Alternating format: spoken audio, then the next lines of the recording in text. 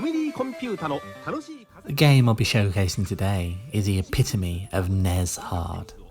Not even Ninja Gaiden or Bucky O'Hare this punishing.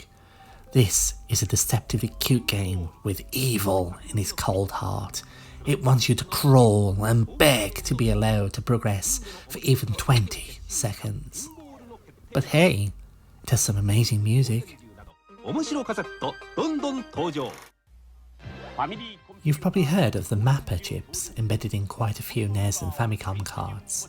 These custom chips gave a boost to the graphics, performance and sometimes the sound capabilities of what Nintendo's 8-bit console was capable of. Without them, I've heard that Super Mario Bros. Was the peak of what the NES was capable of by itself. This is why Nintendo of Japan invested so heavily in the Famicom disk system, and why it was intended to be the successor of the card format. But then along came the advanced mapper chips and rendered the format obsolete, aborting a planned rollout for North America. The star of this QuickBytes episode, Gimmick, is one such game with a mapper chip or memory management controller to give them their proper title. Gimmick has a singular distinction of utilising the Sunsoft 5B mapper, a variant of the Sunsoft FME7 used in games such as Batman. Not only did it benefit from the FME7's 8KB of switchable data and 1KB program ROM, and IRQ signal functionality that made Sunsoft Batman a technical triumph on NES, the 5B also utilises a Yamaha YM2149 PSG audio chip to provide 3 additional channels for music and sound. That's crazy, right? Jamming a Yamaha sound chip into a cart? But that's what Sunsoft did, and well, let's hear the benefits.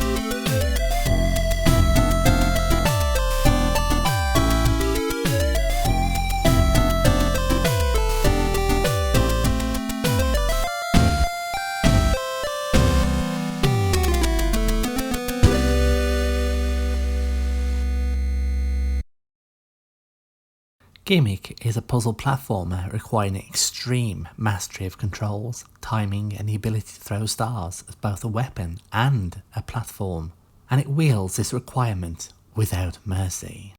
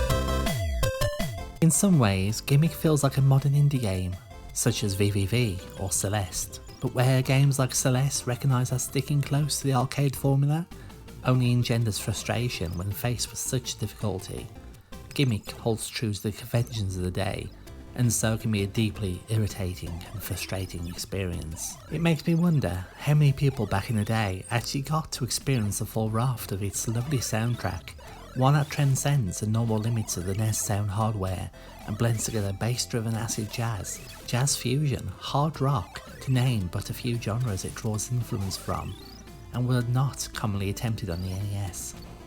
Gimmick's composer, Masashi Kageyama, stated that it felt more like putting a puzzle together than actual music composition, due to the experimental nature of what they were doing.